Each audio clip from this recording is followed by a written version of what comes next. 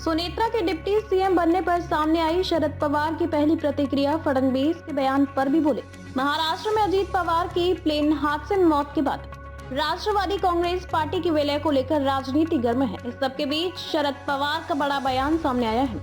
उन्होंने बहू सुनेत्रा पवार की डिप्टी सीएम बनने पर खुशी व्यक्त की है। शरद पवार का ये बयान कि सुनेत्रा पवार के लिए खुश हूँ ऐसे वक्त पर सामने आया है जब महाराष्ट्र के सीएम देवेंद्र फडणवीस ने उसे दावे को खारिज कर दिया था, जिसमें एनसीपी शरद गुट के नेताओं ने कहा था कि अजीत पवार एनसीपी के विलय की योजना पर काम कर रहे थे।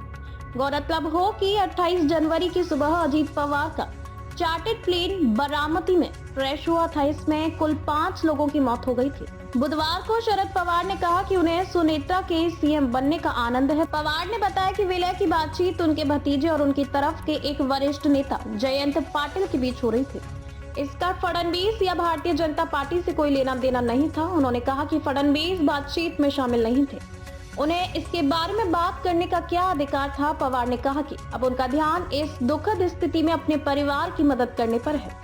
अभी तक किसी भी राजनीतिक फैसले के बारे में कोई चर्चा नहीं हो रही है। शरद पवार ने बारामती में पवार परिवार द्वारा स्थापित शैक्षणिक संस्थान विद्या प्रतिष्ठान के कैंपस में अपने भतीजे के स्मारक के बारे में किसी भी जानकारी से इनकार किया। इस प्रतिष्ठान के कैंपस में अजीत पवार का अंतिम संस्कार किया गया था।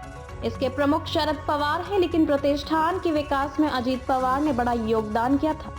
अजीत पवार की मौत के बाद सुनेत्रा पवार डिप्टी सीएम बनी हैं। अब एनसीपी की कमान भी उन्हीं को दिए जाने की संभावना है। डिप्टी सीएम बनने के बाद पुणे और बीड जिलों का प्रभारी मंत्री भी सुनेत्रा पवार को बनाया गया है। ये दोनों जिले अजीत दादा के पास ही थे।